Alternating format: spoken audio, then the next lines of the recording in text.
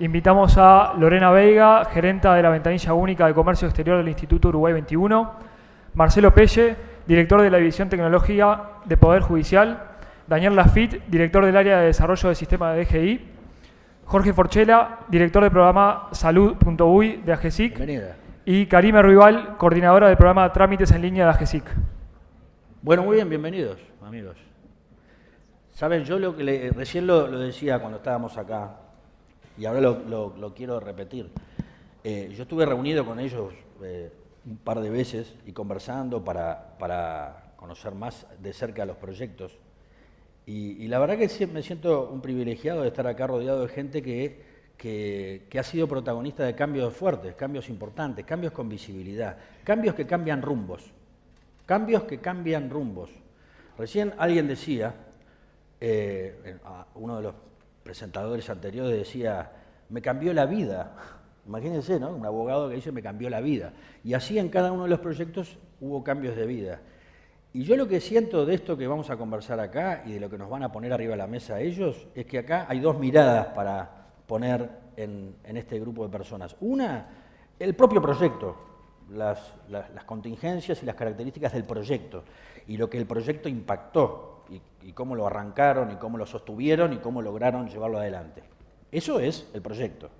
La otra vertiente que me parece que hay que prestarle mucha atención acá es a las experiencias que ellos pueden volcar, que son el capital que uno se lleva de navegar en proyectos de la envergadura de lo que ellos han llevado adelante. O sea que yo estoy encantado de aprender de lo que vamos a ver ahora, de los proyectos y de la experiencia de cómo manejarlos. ¿Está bien? Así que les voy a invitar a cada uno de ellos a que haga una breve presentación de en qué consiste el proyecto en el que estuvo y que están, porque son proyectos que están en marcha, muchos están embarcados. Así que le invito de pronto a Karime, si quiere empezar por allá. Buenos días. Bueno, primero que nada, muchas gracias por haberme invitado a este panel. Es un gusto estar aquí. Yo voy a hablar de trámites en línea. Trámites en línea es una iniciativa de la Presidencia de la República que lo que busca es crear un nuevo canal de comunicación del Estado con el ciudadano sin eliminar los canales ya existentes. Esta iniciativa fue creada en el año 2015. Tiene 3 metas bien marcadas. La primera es muy ambiciosa y es que para diciembre de este año el 100% de los trámites deben tener disponible el inicio en línea de la Administración Central, estamos hablando. El objetivo final, la meta final es que en el 2020 el 100% de los trámites estén 100% en línea y tenemos una meta intermedia de, en el 2018, 50% de los trámites 100% en línea. La Presidencia de la República le encomendó a AGESIC organizar, ejecutar, dirigir, hacer seguimiento de esta iniciativa.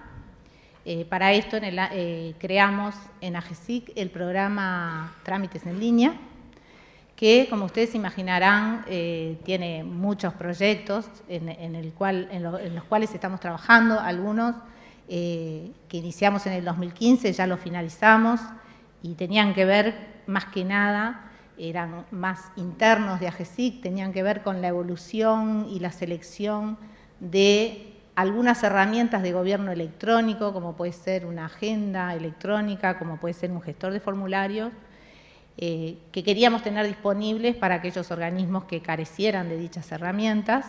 Trabajamos en trazabilidad, firma electrónica, pero lo más importante es los proyectos que hoy estamos llevando adelante. Tenemos aproximadamente 16 proyectos en simultáneo que se están llevando adelante en los 14 organismos que integran la Administración Central, incluida Presidencia de la República. Y bueno, también estamos trabajando y en realidad planificando los proyectos que van a integrar la estrategia 2017-2020. Como característica de este proyecto, yo lo que quiero destacar es que este es un proyecto que es transversal al Estado y estamos trabajando en 14 organismos simultáneamente. Y realmente el objetivo final, si bien ya les dije cuáles eran las metas, el objetivo final es, y el cambio está en cambiar justamente el vínculo que tiene el Estado con el ciudadano. Entonces, en esto del vínculo, nosotros tenemos dos actores muy importantes. Por un lado tenemos a los ciudadanos, que son nuestro foco principal y es para los cuales estamos desarrollando todo esto. Y sin ninguna duda el ciudadano sí va a ver beneficios tangibles bastante inmediatos en este primer tramo, porque si pensáramos que solo pudiéramos agendar el inicio de los trámites, ya estaríamos ahorrándole traslados al ciudadano que son ahorro de dinero y de tiempo. Pero también tenemos en este vínculo el otro actor que son las organizaciones, son estos 14 organismos y por tanto son todos sus funcionarios que están trabajando día a día con los trámites en esos organismos. Ellos, nuestro foco principal es el ciudadano y los funcionarios son nuestros aliados principales para llevar adelante estos proyectos. Y los beneficios quizás no son tan rápidamente cuantificables. Con el mismo ejemplo de las agendas, sí podemos pensar que vamos a tener un flujo de atención más ordenado en los mostradores que le van a permitir a los funcionarios desempeñar mejor las tareas de back office y, por lo tanto, tener una mejor gestión en la administración. Pero bueno, lo que me gustaría rescatar, o sea, que les quede, es que este es un programa que se está dando simultáneamente en 14 organismos, cuyo objetivo principal es mejorar el vínculo del Estado con los ciudadanos. Una cosa que me gustó mucho de Karime cuando me contó sobre el proyecto, una de las expresiones que usó fue: la idea es que la gente deje de ser cadete del Estado. Me gustó eso, me sentí identificado.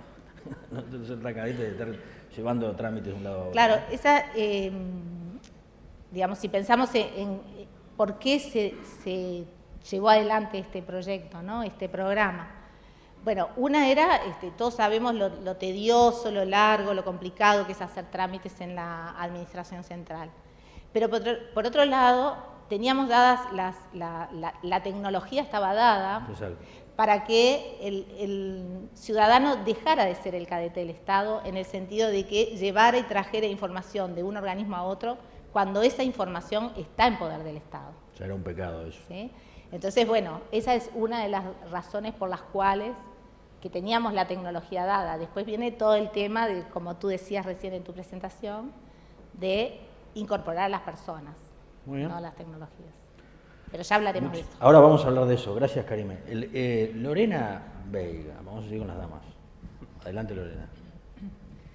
Bueno, la Ventanilla Única de Comercio Exterior, que es el proyecto que coordino, es una iniciativa que surge en el año 2011 del proceso de modernización de la Dirección Nacional de Aduanas, donde la aduana define una visión clara de hacia dónde quiere llegar, no solo la aduana, sino el comercio exterior en general, donde se definen nuevos valores como la facilitación del comercio, la transparencia, el acceso a la información, el control eficiente y eficaz de las operaciones. Y esos nuevos valores, ese cambio demandaba que las operaciones y los trámites asociados al comercio no podían seguirse haciendo como se hacían hasta el momento.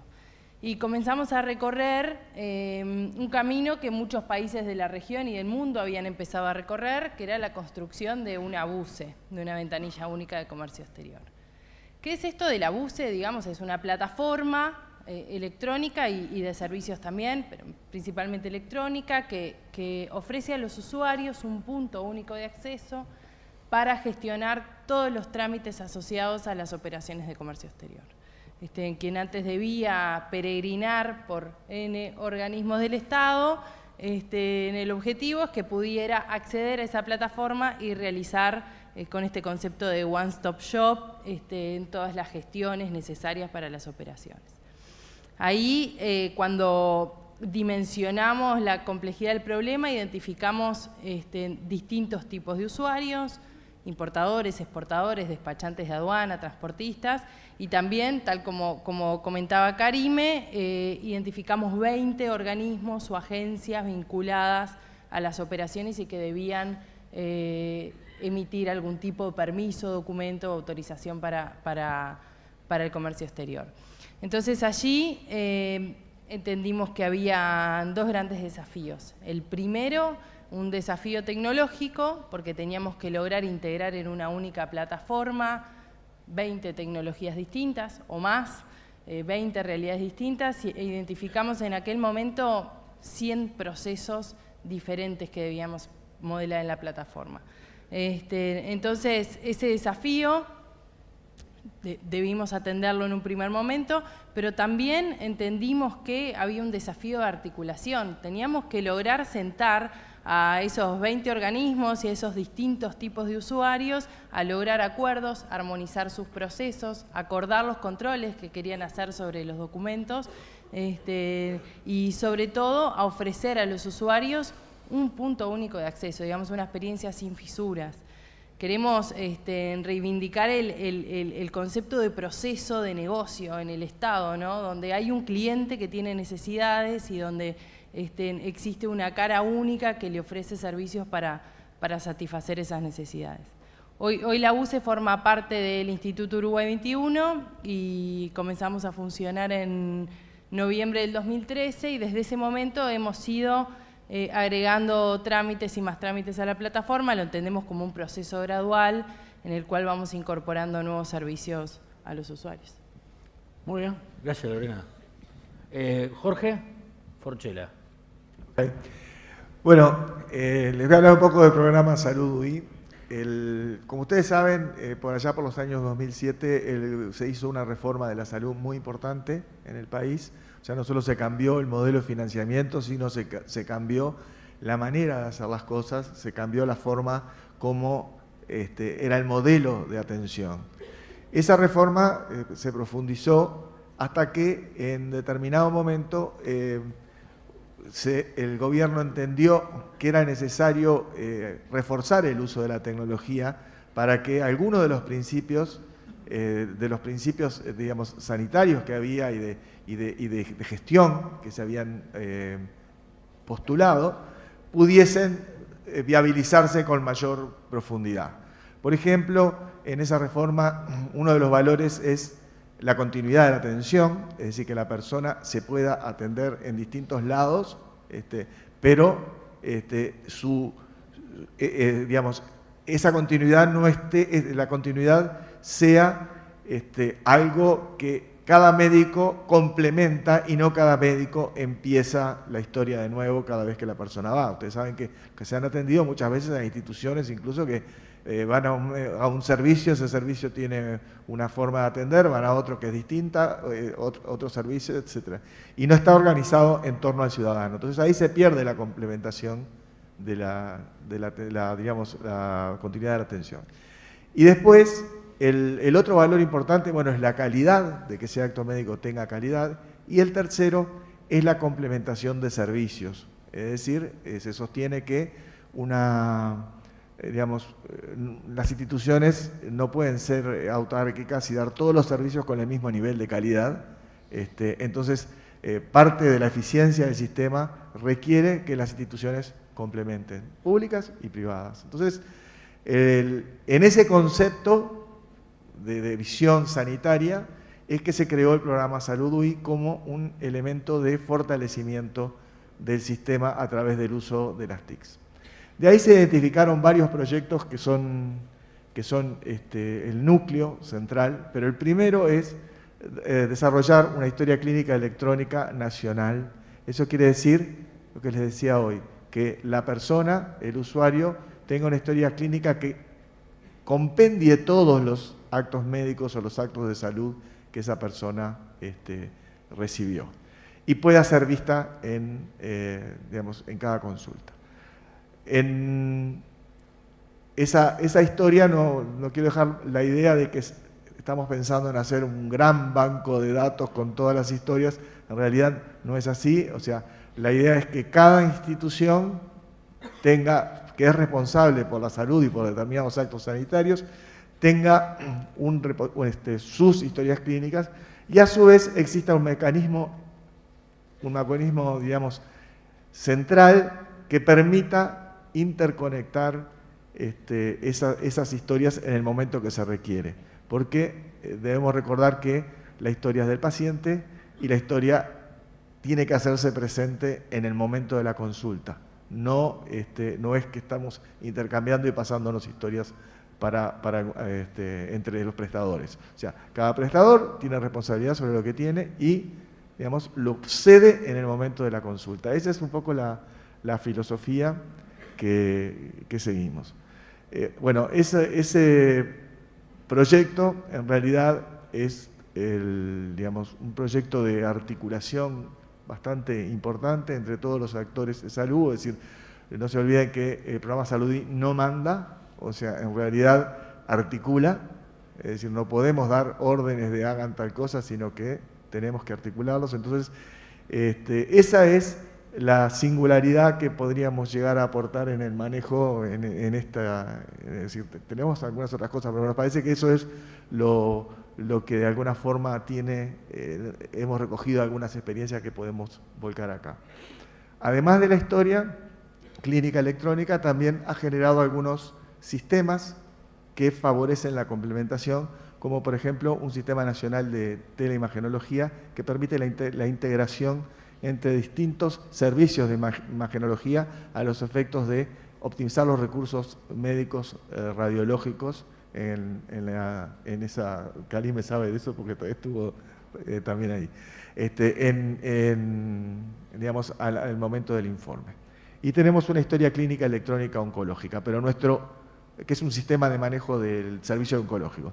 Pero nuestro propósito principal es que el país tenga una historia clínica electrónica nacional. Y ahí es el esfuerzo y todas las acciones de articulación que estamos llevando a cabo, que después en la zona de preguntas lo vamos a profundizar un poquito. Pero estos 3 minutos sí, quiero respetarlos. Porque lo que cuenta Jorge es la parte visible del iceberg, pero él va a conversar después un poquito acerca de algunas particularidades que tiene ese proyecto y algunos desafíos que tuvieron que manejar. Cada proyecto tiene sus desafíos, si ustedes los van escuchando, tiene desafíos distintos y después vamos a conversar sobre cada uno de ellos, ¿no? Pero adelante, entonces, Daniel Laffitte. Bueno, hola a todos. Bueno, un gusto que me hayan invitado para contar la experiencia de la DGI. Y yo voy a empezar por el final. El 20 de agosto de este año, el proyecto de factura cumple los 4 años de que se emitió el primer documento electrónico. Al día de hoy estamos llegando, o pensamos ya para el 20, para los 4 años, a 1.100 millones de documentos. Eso da un poco la idea del cambio que produjo el modelo en las empresas del Uruguay.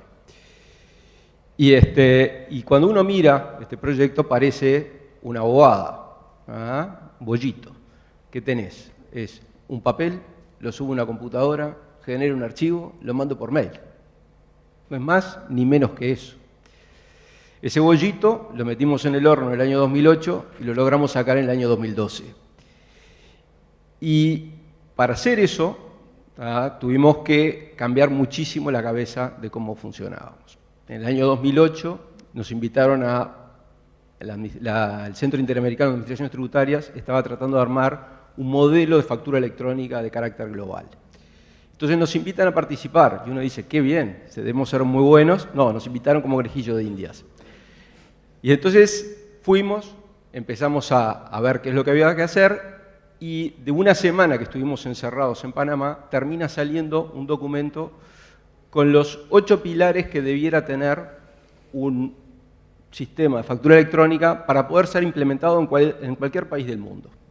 Y eso iba desde los temas normativos, los temas operativos, de cómo garantizar que la interoperabilidad, que no fueran alterados los documentos, de que quien fuera el emisor, garantizar quién fuera el emisor, de qué hacer cuando la persona que lo recibía no era un emisor y precisa un receptor y precisaba un papel.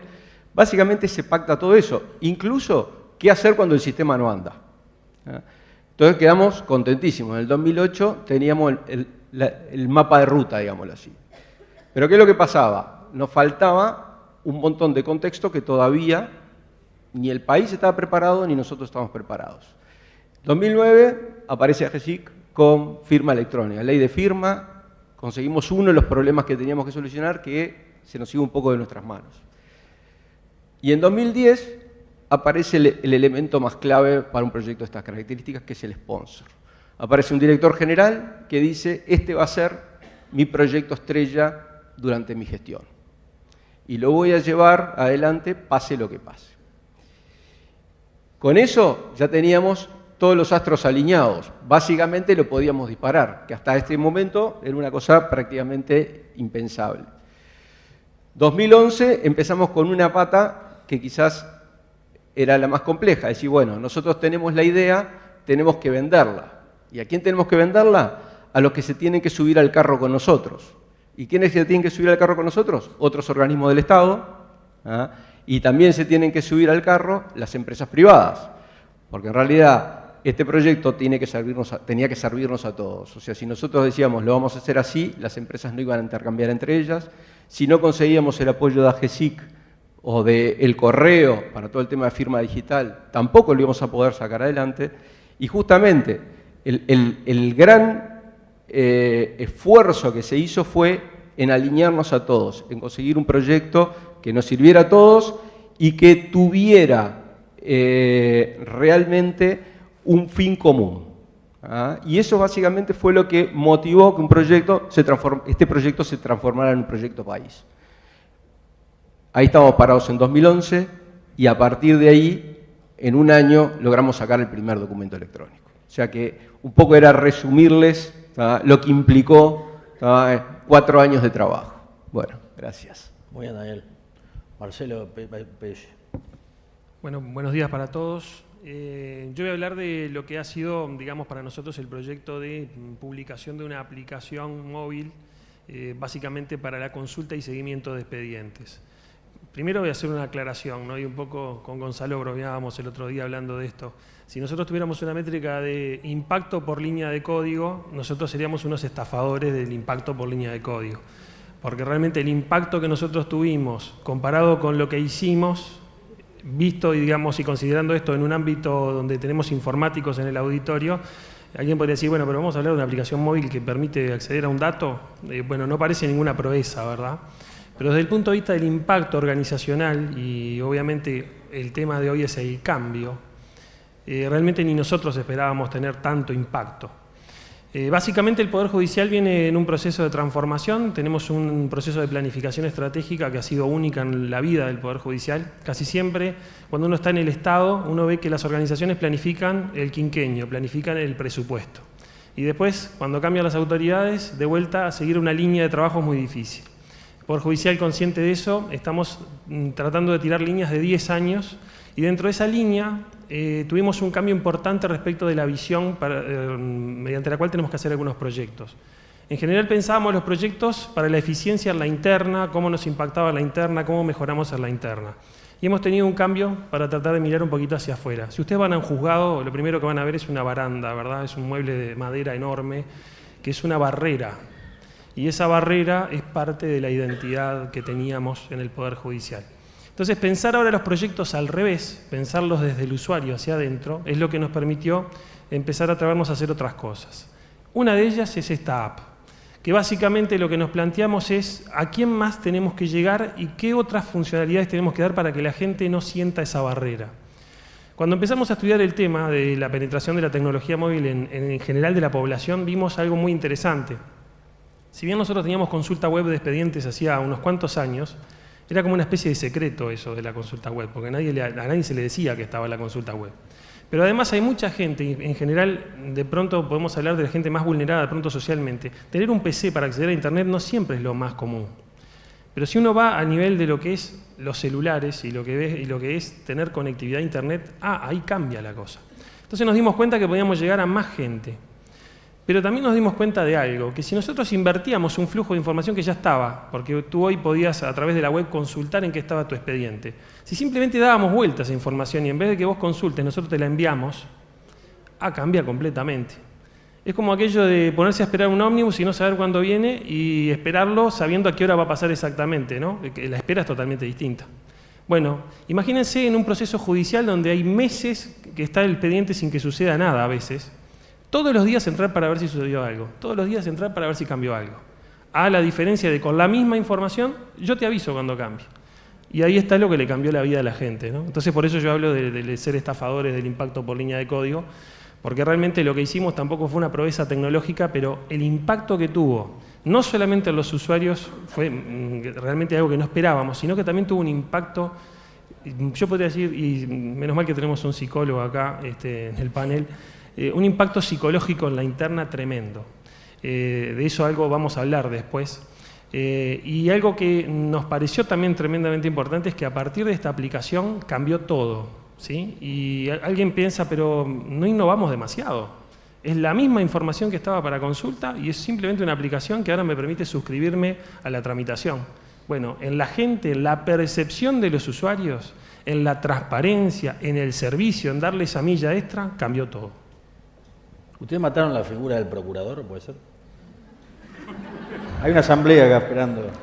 ¿Qué momento? Sí, porque esta cosa... Mi viejo era abogado, yo tengo 2 hermanos abogados, y yo siempre vi el abogado como alguien que hace juzgado, y va por un lado para el otro, y gasta suela de zapatos. Mataron a los zapateros, los procuradores. Una cosa que le quería... Ahora vamos a entrar... Este es el proyecto, ¿no? La presentación del proyecto. Yo lo que busqué a instancias de lo que hablamos con Karina también es encontrar qué cosas tuvieron que capear todos ellos para sacar los proyectos adelante y cómo manejar los aspectos humanos, desafiantes, lo que veníamos hablando hace un rato y lo que ellos ya deslizaron cada uno desde su lugar. Y una cosa que a mí me llamó la atención del proyecto de Karime es el tema de cómo lograr liderar un cambio desde afuera, porque muchas veces los cambios uno los inicia desde adentro y hay alguien desde adentro que tiene esa sensación de quiero cambiar, tenemos que transformarnos. Pero acá me da la impresión que había un liderazgo externo que logró articular, como ella dice, en forma transversal a una cantidad de jugadores, pero desde afuera. Me parece que esa es una particularidad interesante de la que se puede aprender además, Karime. Sí. Exactamente, por eso quería remarcar lo de que es algo que se está jugando, hay 14 canchas jugando el partido a la vez, pero bueno, esto nosotros lo comenzamos a trabajar en marzo del 2015 y lo que hicimos respecto a necesitábamos, nosotros tenemos 2 frentes de trabajo, como dije, el ciudadano y el funcionario. Necesitábamos por un lado necesitamos que el ciudadano adopte el nuevo canal de comunicación. Y para eso estamos trabajando en campañas de publicidad que permitan difundir el programa que van a salir ahora a partir de septiembre. Pero por otro lado, necesitamos que los organismos se apropiaran de los proyectos, porque como dije, lo fundamental está en los proyectos de implantación, donde se van a desarrollar los trámites. Entonces, lo que empezamos a trabajar con cada uno de los organismos fue en crear equipos transversales donde hubiera un referente de trámite, un funcionario y un técnico que tuvieran una visión global del organismo y que fueran nuestra contraparte. A esos equipos comenzamos a capacitarlos en varias áreas, en gobierno electrónico, en gestión de proyectos, en gestión de procesos. Empezamos a trabajar con ellos en los temas de usabilidad, de accesibilidad, de cómo hacer el análisis funcional. Y de esa forma fuimos logrando que se sintieran parte del proyecto y que vieran que el proyecto se llevaba adelante porque ellos estaban al frente. Comenzamos a hacer lanzamientos del proyecto en cada uno de los organismos, donde los presentadores del proyecto en el organismo, donde estaban las autoridades, donde estaban los dueños de cada trámite, eran el equipo transversal con el apoyo de AGESIC, pero el equipo transversal era el que hacía el lanzamiento en el organismo. Empezamos a trabajar, como siempre, con el apoyo de AGESIC, en relevar cada uno de los trámites que iban a componer la línea base de ese organismo, un relevamiento primario, pero que nos permitía justamente fijar esa línea base, y los involucramos en acordar y comprometerse a una estrategia de implantación. Los trámites que vamos a llevar adelante, que son aproximadamente 1000 en toda la Administración Central, que nos resta por disponibilizar, cada organismo tiene planificado y ha asumido el compromiso a nivel de las autoridades en qué ciclos de implantación, de qué forma va a llevar adelante cada uno de esos trámites. Creo que eso, lo que decimos, ¿no? Por otro lado, como les conté, en AGESIC estamos trabajando internamente en tener todas las herramientas, por supuesto, con todas las consideraciones que hacían los panelistas anteriores del tema de seguridad, del tema de interfaz de usuario. Todo eso lo estamos trabajando, pero es importantísimo que, además de tener una buena solución tecnológica, tengamos un compromiso de los organismos, porque si no, el éxito del cambio no se produce. Entonces, hemos dedicado mucho tiempo hasta hoy en trabajar, y realmente hoy, si visualizamos las condiciones en que están en cada uno de los organismos respecto al programa Trámites en Línea, están todos en un punto de arranque común, nivelando, todos con el mismo nivel de compromiso y a punto de emprender estos proyectos de implantación. Sí, pues yo, lo que decíamos, ¿no? de que se necesitan líderes. Ahora, un líder solo no puede, entonces necesita generar líderes, generar gente que compre el sueño y que después lo lleve adentro de su... Y ustedes lograron eso, me parece, ¿no? Vender bien el... Creo que a la vista de los resultados del día de hoy podemos decir que estamos en el buen camino y que tenemos una buena respuesta de todos los organismos. Realmente estamos muy contentos con el resultado que estamos teniendo en los organismos. Esto, sin duda, tenemos claro. Otra cosa importante fue que definimos claramente cuáles eran los objetivos y en forma muy concreta, porque hoy estamos embarcados en el primer paso de un proceso de colaboración conjunta que va a durar hasta el 2020, ¿no? Entonces es importante también esa dimensión. Muy bien. Jorge, un tema que me resultó interesante, y el otro día lo deslizaba Jorge, ¿no? El tema de un proyecto que involucra a muchos stakeholders, que además de muchos niveles y de organizaciones que son competencia, decía, que en muchos casos son competidoras, y que además no están obligadas a incorporar el cambio, o sea que no les pesa en ese aspecto. Sin embargo, todas se sumaron y se articularon. Eso me pareció bien interesante para mencionarlo. Sí, bueno, eso fue uno de los... O sea, como decía hoy, no tenemos mando, pero tampoco estamos solos, ¿no? O sea, en el proyecto Salud UI tiene un directorio porque surge de un acuerdo del Ministerio de Salud Pública, el Ministerio de Economía y AGESIC, que se comprometen a llevarlo adelante y a dirigirlo. Entonces, si bien no es un proyecto que no tenga sponsor, tiene sponsors, pero en realidad actúa sobre el medio, actúa sobre las instituciones de asistencia médica. Por eso, dentro de esas estructuras, nosotros creamos lo que llamamos un consejo asesor, en el cual se representan todos los actores del medio, es decir, están todas las cámaras de empresas prestadoras integrales, están las cámaras de emergencias móviles, están los prestadores públicos, están los financiadores como el Fondo Nacional de Recursos, los sindicatos. O sea, hay un colectivo donde nosotros originalmente pretendimos tener un vehículo de comunicación con el medio y que el medio se pudiera comunicar con nosotros a través de ese consejo asesor.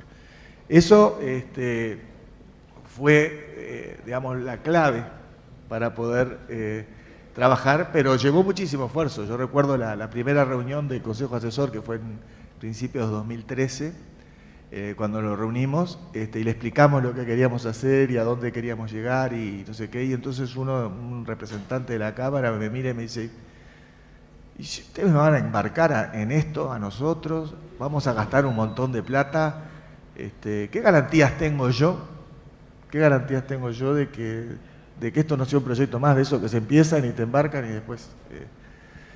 Y bueno, ahí la respuesta nuestra fue, garantías no te puedo dar, pero ¿sabes? Lo vamos a hacer juntos. Si vos no aflojás, nosotros tampoco vamos a aflojar. Y de ahí empezó, hoy día ese que al principio era como una de las personas que nos pinchaba, o sea, ahora es uno de los sponsors fuertes que tenemos y que nos da para adelante dentro de las cámaras. Eso fue, digamos, uno de los comienzos, pero parte del esfuerzo principal de articulación del proyecto fue, y es, y sigue siendo, o sea, generar una visión compartida. Es decir, que todos los actores crean que esto se puede, que tú lo comentabas en tu exposición anterior, que además piensen que realmente se va a llegar, y creo que logramos eso, o sea, el colectivo hoy día piensa que se va a llegar, pero parte de las claves es la participación. Si nosotros tenemos ámbitos de participación que no solo son el Consejo Asesor. O sea, ustedes saben que el área médica es un área muy compleja, o sea, hay muchos estamentos superpuestos con códigos distintos, o sea, nosotros decimos los médicos, pero los médicos no son los médicos, son los radiólogos, son los cardiólogos, son los pediatras, son los médicos generales, son los cirujanos, o sea, un montón de colectivos que son distintos.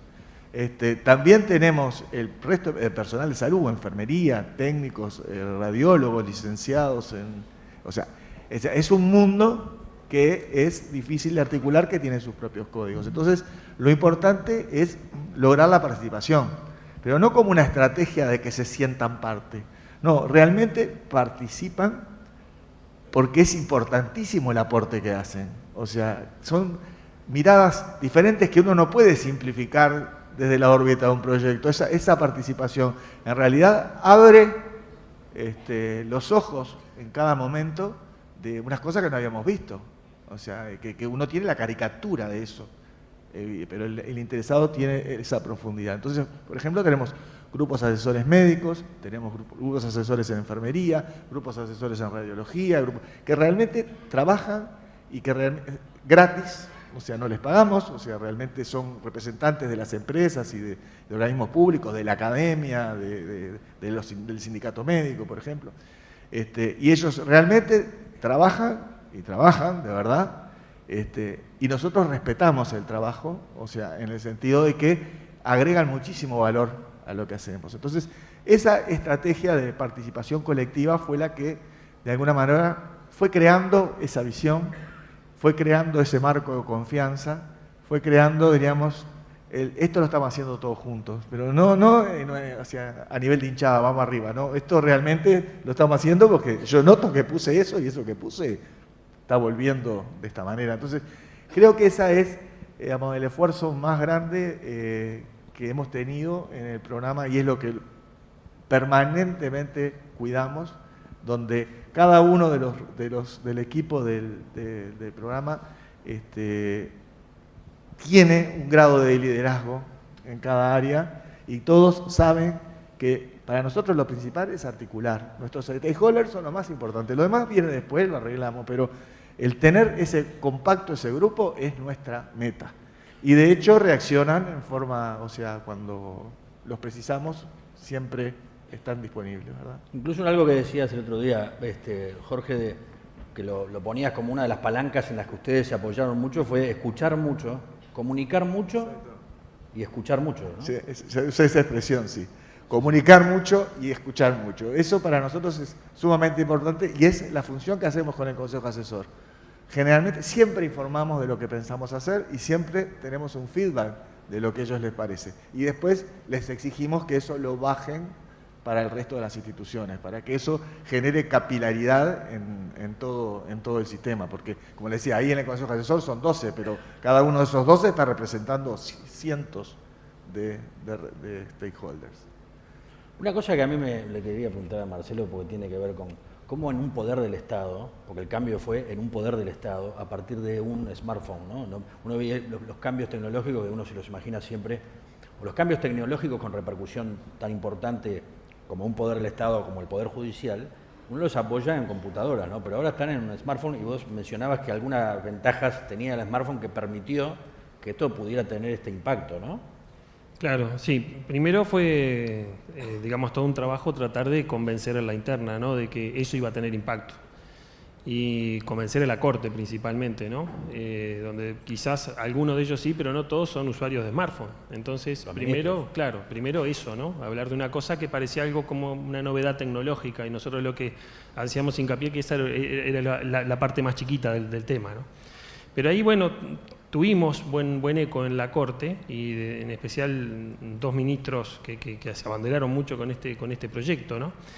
Pero en especial lo que tuvimos que tratar de transmitir era que esto iba a cambiar la forma en que la gente iba a ver al Poder Judicial, ¿sí? Y sobre todo los operadores, que esos fueron los que sintieron el mayor impacto, abogados, por ejemplo. Entonces, cuando lograron visualizar eso, obviamente hubo enseguida una sponsorización del proyecto, ¿no? Yo recién escuchaba a los colegas de lo importante que es que alguien tome el proyecto y si ese alguien es precisamente la cabeza del organismo. Y algo que a nosotros nos impactó a todos fue que el proyecto estaba ahí, estábamos por lanzarlo, estábamos viendo cómo lo íbamos a lanzar, porque asistimos al, digamos, el discurso de asunción del doctor Ricardo Pérez Manrique en la presidencia de la Corte, y el anuncio que hace el doctor Pérez Manrique es: vamos a salir con una app y convocamos en 10 días a la prensa. Entonces ahí te están dando un espaldarazo, ¿no? Y además apretaron el botón del pánico, ¿no? Porque teníamos que salir con la aplicación y tenía que funcionar. Pero atrás de eso hubo dos decisiones importantes de la Corte. Cuando la Corte vio realmente el potencial y vio que esto iba a ser realmente un cambio importante, hizo dos cosas. Primero, un plan de comunicación del tema. Si ustedes van hoy a cualquier juzgado van a ver que los códigos QR de la aplicación tienen que estar exhibidos en el juzgado. Y después hizo otra cosa muy importante la Corte. Sacó una circular obligando a todos los jerarcas del Poder Judicial, y jueces incluidos, a descargar la app y tenerla en su celular. Es decir, para que ese cambio empezara a hacer mella, si se quiere, más en temas de identidad. Déjame enganchar el tema de la identidad que me quedó muy, digamos, presente de tu charla, para hablarte, sí, de uno de los escollos que tuvimos, que no fue tecnológico. Y acá no es por hacerle publicidad a Consulting, pero digamos el problema no fue tecnológico porque lo resolvimos rápidamente, el Consulting lo resolvió rápidamente, nosotros no teníamos ni idea de cómo arrancar el proyecto, ¿no? Pero digamos, el tema tecnológico se resolvió fácil. Había un tema que nosotros lo minimizamos por completo en el proyecto, que era, bueno, tenemos que publicar las apps en las tiendas. En un determinado momento de la charla con los muchachos dijimos, bueno, obviamente nos queremos constituir nosotros como quien publica la app, no que sea Consulting o un desarrollador. Entonces había que autenticar el Poder Judicial como institución, digamos, con un usuario y contraseña para publicar la app. Ustedes imagínense lo que fue decirle al presidente de la Corte que teníamos que lograr que Apple nos reconociera como institución. Casi el proyecto termina ahí, ¿no? Se acabó la soberanía. Porque en un momento había un tema de identidad. Somos un poder del Estado. Claro. ¿Cómo nos vamos a tener que nosotros autenticar ante una empresa? Es más, fue un tema que cuando yo se lo comenté a la secretaria del presidente, mirá, le tengo que plantear este tema, me dijo, ¿te animás a planteárselo? Vení vos, yo ni siquiera se lo paso. Y hacen a temas de identidad, ¿sí? Entonces, a veces esos escollos, que uno quizás los minimiza, uno dice, bueno, esa es la parte más fácil. Van a chocar contra algunas cosas que de pronto hacen a la identidad, hacen a cómo te ves tú. Y bueno, nosotros en determinado momento, digamos, un problema fue ver si la institución estaba, digamos, quería dar los pasos para incluso pasar sobre algunas creencias propias y, bueno, tener que darle determinada información a la empresa, ¿no? Una cosa que no nos hubiera parecido un problema nunca, ¿no? Pero bueno, estuvo allí y fue un problema. Y eso fue parecido a lo que le pasó a Daniel cuando dice, este es mi proyecto estrella, y que en el caso tuyo hubo dos ministros de la Corte que dijeron, esto lo sacamos adelante sí o sí. Y además eso estaba en juego hasta la imagen del Poder Judicial, ¿no? Así como se tradujo en un impacto en la imagen, ¿no? Yo lo que te quería preguntar, Daniel, que tiene que ver con, el otro día hablabas de, para poder liderar este cambio, que teníamos que articularlo también con otros jugadores, teníamos que generar credibilidad, ¿no? Y tuvimos que cambiar el caracudo de la organización, ¿no? El corazón. Eso me pareció bien interesante, ¿no? Que comentaras un poquito sobre eso. Bueno, sí, efectivamente. Estos proyectos requieren ser creíbles. Vos tenés que convencer a un montón de gente de que vamos todos para el mismo lado, de que tenemos todos beneficios en esto y, como decías bien hoy temprano, es gente. O sea, acá hay un organismo, pero el organismo tiene gente. Hay una empresa y la empresa tiene gente. Y justamente nosotros tuvimos que generar un cambio importantísimo en la gente. Si nos paramos en 2002, DGI era lejos el peor organismo de la administración central. No nos quería nadie, ahora tampoco. Pero, pero por distintos motivos, vamos a aclarar. Ahora por el IRPF que no nos quieren, antes no nos querían porque no nos querían. Cambiaron, pero no tanto, no lo querían. Pero la verdad, éramos de los organismos peor conceptuados en la administración. Y justamente, el problema que vos decías es, quiero cambiar, pero no sé cómo. Entonces fuimos al psicólogo. El psicólogo resultó ser un director general que a partir de ahí la DGI AZ y la BZ. ¿Qué es lo que pasó? Vino y dijo, hay que cambiar. Y empezamos a cambiar. ¿Y cómo empezamos a cambiar? Y bueno, cambiamos, nos mudamos. Así que tiene que ver la mudanza. Y la mudanza tiene que ver, primero, en tener que hacer un proyecto grande, llevar 1000 personas de 3 edificios a uno, mover un data center, que no se los recomiendo a nadie. Ahora lo vamos a hacer de vuelta, porque no aprendemos, lo vamos a hacer de vuelta. Pero además de todo, implicaba que, decir, bueno, tenemos que agarrar a la gente y ver que nos vean distinto. Y con la mudanza del edificio no empezaron a ver distinto. Decir, mira, ya no es tan horrible, estoy mejor, cuando voy a hacer un trámite estoy mejor acomodado. O sea, la gente, que era nuestro cliente, nos empezó a ver distintos. Igual, con eso no alcanzaba. Teníamos que cambiar a la interna nuestra gente. Y ahí se cambia el régimen. Nosotros antes no teníamos exclusividad, se pone el régimen de exclusividad. Eso fue muy traumático. Hubo mucha gente que se fue porque tenía trabajo afuera, le era más rentable. O sea, generó un revuelo impresionante de cambio en la DGI. La cambió, cambiamos la estructura organizativa, cambiamos la gente, cambiamos las funciones, cambiamos todo. 2005. O sea, ya veníamos 2003, 2004, 2005, 2006, proyecto de modernización de la DGI. Cambiamos todo, hacemos un proyecto con la Agencia Tributaria Española, traemos las mejores prácticas de gestión de administraciones tributarias, cambiamos todos los procedimientos, le demos de vuelta a cambiar la cabeza a la gente de cómo trabajar, cómo es el trabajo, el trabajo cambió. Terminamos, pues estamos en medio de cosas y dicen reforma tributaria. Si no, no puede ser, seguimos cambiando.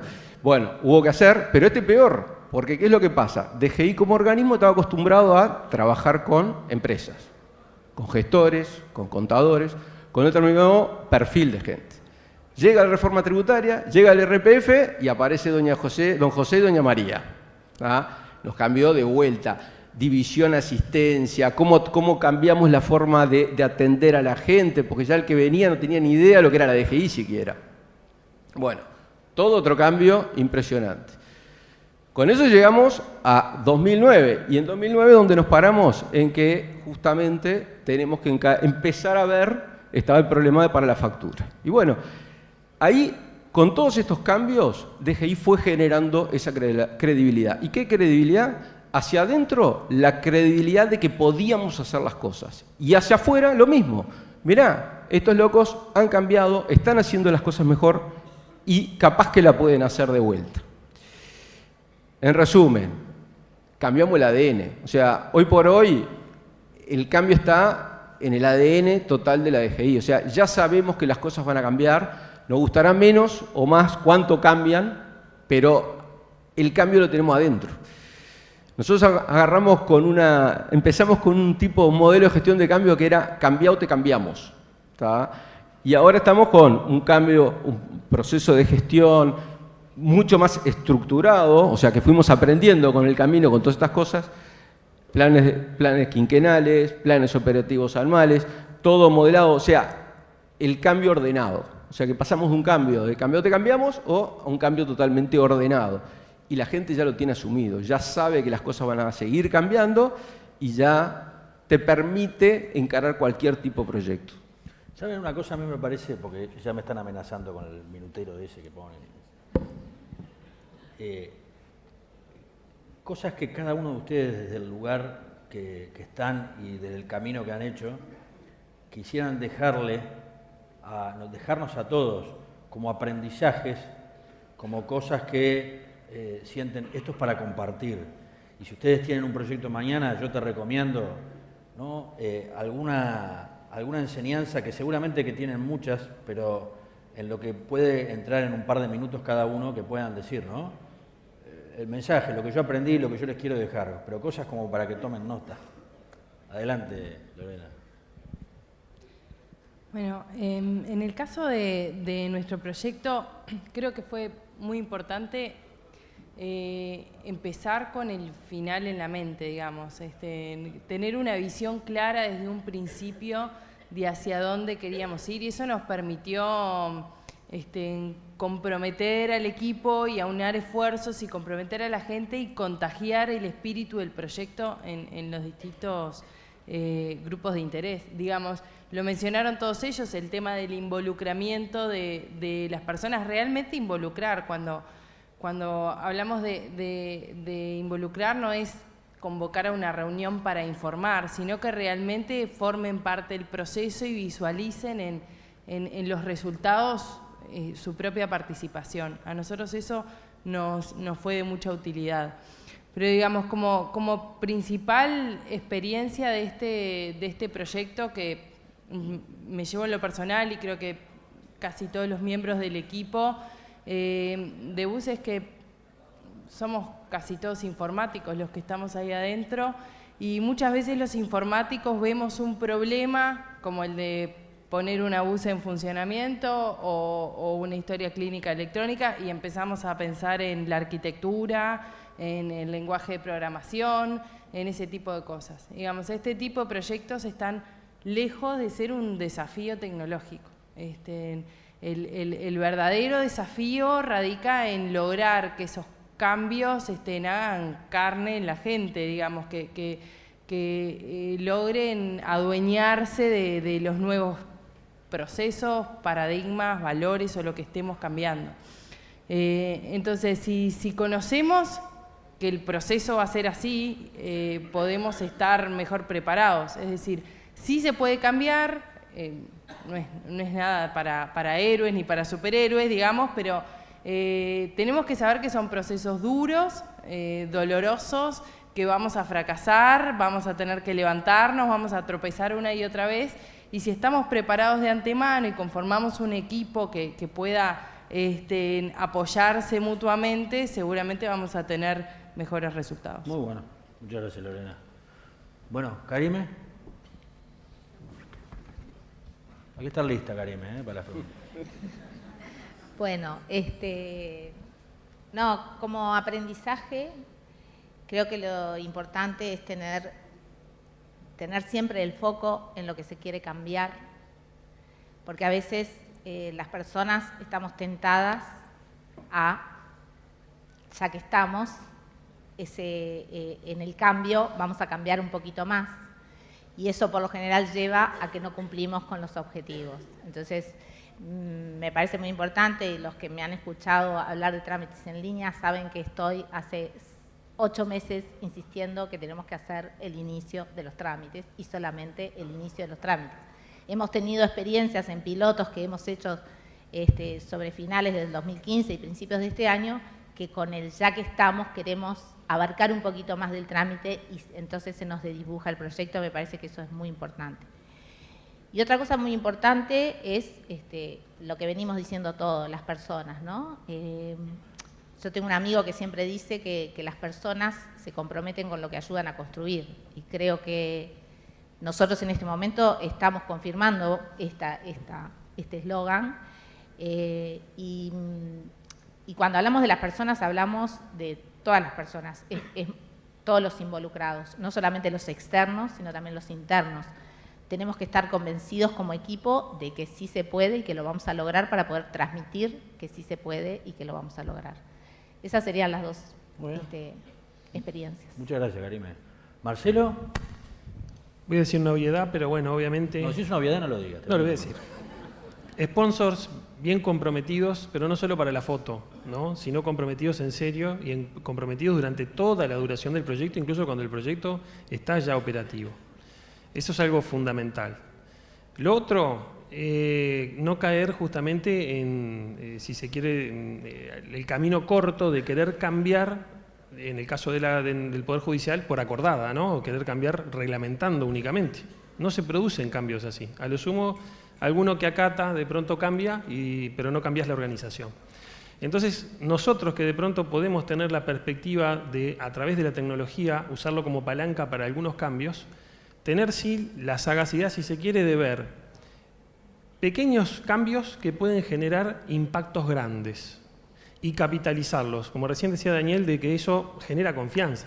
Genera confianza en el equipo que hace los cambios, pero genera confianza también en la organización de que cambiar se puede y que cambiar no es tan doloroso. Entonces los hacemos cambiar con algo, digamos, que no duele tanto y que tiene mucho impacto, y bueno, de pronto quizás después vienen las que duelen un poco más. Pero ahí ya cambia completamente la predisposición. Y otra de las cosas importantes, y eso lo tenemos que tener nosotros todos muy presentes, que en el cambio tener cuidado también cuánto está dispuesta la organización a asumir en ese cambio.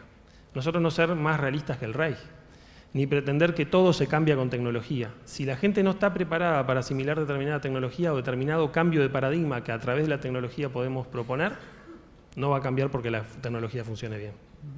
Sí, y otra cosa que me parece, tomando lo que dijiste, fue lograr un cambio muy grande y eso impacta en la autoestima de la organización para plantearse nuevas cosas y nuevos cambios. Dice, pudimos, lo podemos, empiezan a usarlo como una ancla sobre la que pararse, ¿no? Más adelante. La psicología está buena. Sí. Bueno, adelante, Jorge.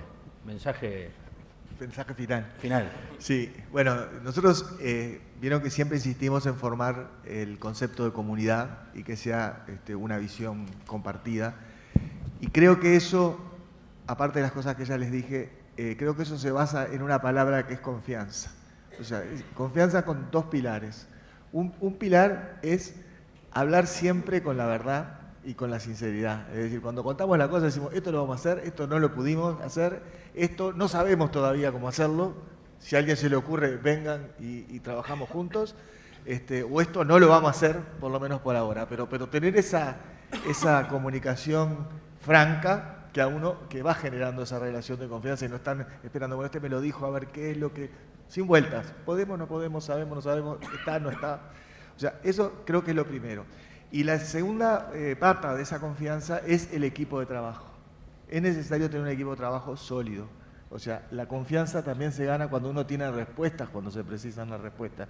Cuando uno tiene a alguien que lo atienda cuando tiene un problema y cuando y encuentra un grupo que trata el problema con seriedad y le da una respuesta con seriedad. O sea, creo que eso es también parte de esa confianza y en base a esos principios se va construyendo todo lo demás, poniendo atención, teniendo líderes que pongan atención y todo el equipo pensando en que debemos preservar esa comunidad de trabajo. Y este es mi mensaje. Fantástico. Muchas gracias, Jorge.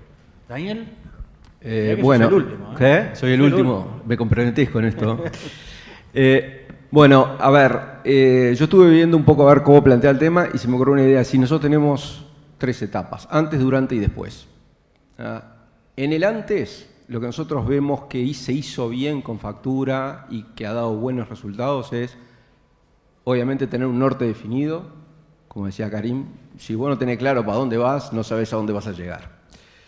Segundo, vinculado a eso mismo, vas a hacer zigzag seguro. O sea, no existen los proyectos que no hagan zigzag. Y eso lo manejás con gestión de riesgo. Nosotros, en el caso nuestro, habíamos detectado 36 riesgos, se cumplieron 34. Sí, no es chiste.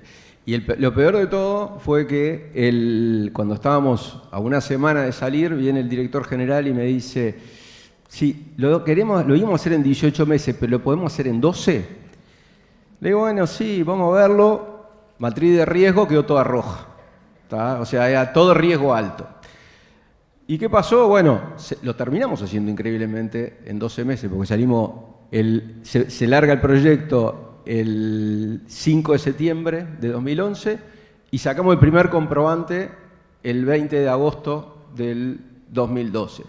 Ahora, desde el primero al segundo comprobante pasaron como 4 meses, porque realmente salimos y después no había nadie que hubiera estado a tiro para seguir. Realmente agarró volumen a los 3 meses.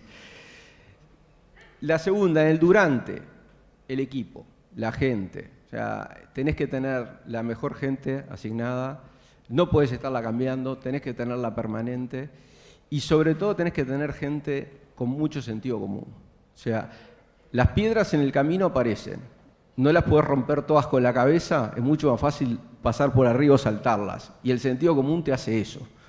No vas a poder romper todas las piedras que hay en el camino.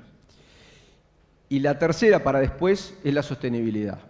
¿Tá? Si vos no pensás cómo ese proyecto lo integrás a la organización, porque es un mundo paralelo en el momento que es proyecto, no termina implantándose. O sea, los proyectos que no se implantan no terminan bien. Entonces, yo diría que esas son los 3 consejos o las 3 anécdotas que podríamos traer para el futuro. ¿Saben? Yo me voy a permitir un comentario final, así pongo mi cucharita también. Yo lo que estoy viendo acá, lo que me permitió estas 2 reuniones que tuve con Karina, con su equipo y con ellos, fue que acá pasan cosas, acá se hacen cosas. La verdad que yo no me declaro ignorante. A veces leo los tóxicos en la prensa, porque la prensa, a veces es mejor la cocaína que leer la prensa o escucharla. Sí, los tóxicos no es solo la cocaína. Pero lo que veo es que se pasan cosas, pero no las vemos a veces. Hay gente que está haciendo cosas y se cambian cosas. Acá se están cambiando muchas cosas, lo estoy visualizando acá. Y si tuviera que hacer mi reflexión final es, acá se hacen cosas, en primer lugar, porque creen que pueden, como decía Voltaire, ¿no? Pueden porque creen que pueden. Ellos creen que pueden, por eso generaron esos liderazgos. Y lo otro que yo vi en todos los comentarios de ellos es que le orinaron la pata delantera derecha al caballo. Y entonces, claro, si vas al establo y te ocupas, el caballo está, ¿no? Eso es lo que me parece como reflexión. No es una cosa muy elegante para decir, pero... Bueno, yo les agradezco mucho que me hayan puesto acá en este lugar y los felicito realmente y les agradezco a ustedes también. Y un aplauso para esta gente.